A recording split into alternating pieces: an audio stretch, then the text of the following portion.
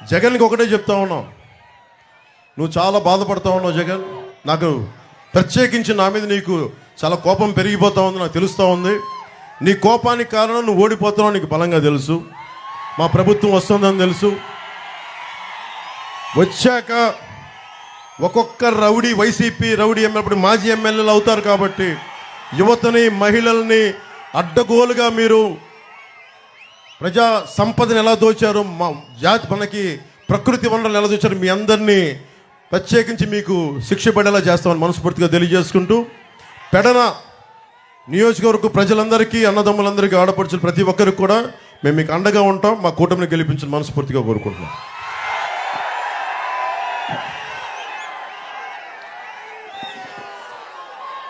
ఏం తమ్ముళ్ళు హుషారుగా ఉన్నారా?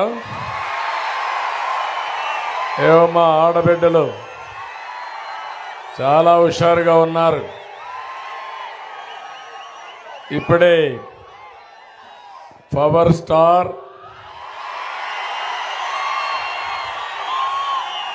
అదే మాదిరిగా నిజమైన హీరో రాజకీయాల్లో